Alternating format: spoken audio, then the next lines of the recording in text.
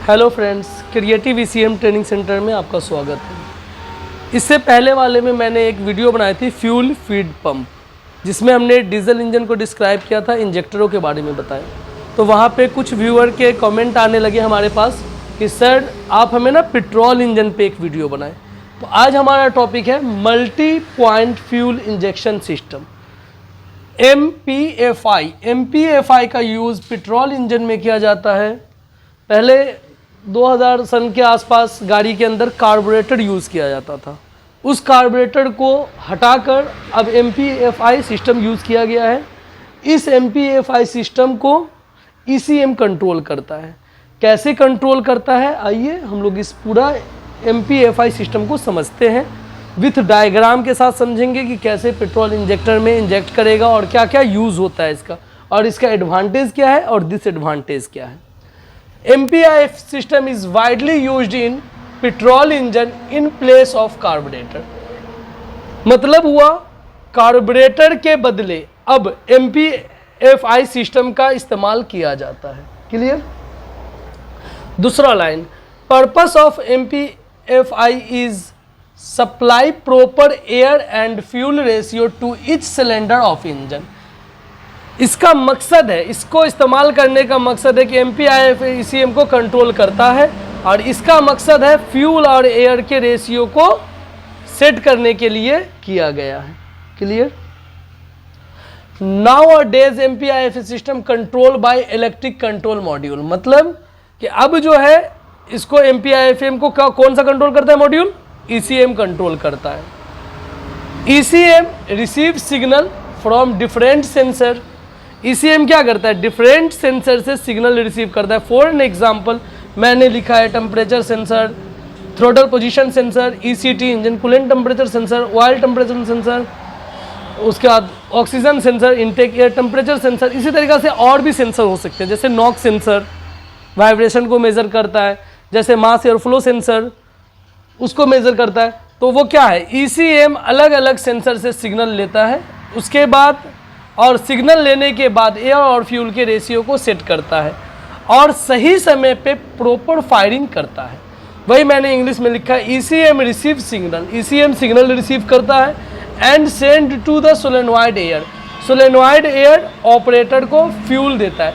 Injector to meter and inject right amount of fuel at right time. मतलब कितना amount of fuel चाहिए कितने समय में, वो क्या तय करेगा। ECM जब सब सेंसर से सिग्नल ले लेगा, उसके बाद डिसाइड करेगा और रिसीव करेगा, तो यहाँ फ्यूल जो है ना ये प्रॉपर ढंग से फायरिंग करेगा। क्लियर। इसमें जो है इसका एडवांटेज जो आएगा, क्या आएगा, इजी स्टार्टिंग होगी पेट्रोल इंजन में। Improve automisation. ऑटोमाइजेशन क्या होता है, बेस्ट ऑफ बेस्ट, अच्छे से अच्छा। समझ में आया जी sir, best of best. Disadvantage, जहाँ जिस चीज़ का एडवांटेज है तो वहाँ डिसएडवांटेज भी होगा। क्या डिसएडवांटेज होगा, हाई इनिशियल कॉस्ट। जब आप किसी चीज़ को बेहतर बनाने जाओगे, बेहतर से बेहतर बनाओगे, तो आपको कॉस्ट एनालिसिस बढ़ जाएगा। क्लियर। कॉस्ट एनालिसिस, पहले कार्बोरेटर वाली गाड़ी में कम खर्चे थे, MPFI में वाले में ज़्यादा खर्च होगा, मतलब कॉस्ट एनालिसिस बढ़ जाएगा थोड़ा सा। उसके बाद skills worker and special service required for maintenance. मतलब इस इंजन को काम करने के लिए, इस तरह का वर्क करने के लिए हमें क्या, फील्ड वर्कर चाहिए, जिसके पास इस चीज़ की ट्रेनिंग हो, इस चीज़ की नॉलेज हो, या क्वालिटी जो स्पेशल मैकेनिक हो, जिसके अंदर क्वालिटी हो, वो ये सर्विस को कर सकता है।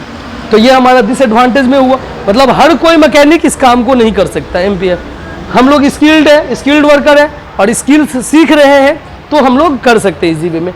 डायग्राम से समझते हैं कि कैसे ये डायग्राम आगे काम करता है। देखो, फ्यूल इंजेक्शन सिस्टम में, मैं इसको मिटा दूं ऊपर से, फ्यूल इंजेक्शन सिस्टम में कैसे होता है, फ्यूल टैंक होता है। फ्यूल टैंक से कहाँ जाएगा, हाई प्रेशर फ्यूल पंप में। हाई प्रेशर किसका लगा रहेगा, पेट्रोल के लिए। या तो यहाँ पे मोटर इस्तेमाल किया जा सकता है, टंकी के अंदर मोटर इस्तेमाल कर ले। उसके बाद फ्यूल फिल्टर होगा, जहाँ से फ्यूल छनाएगा।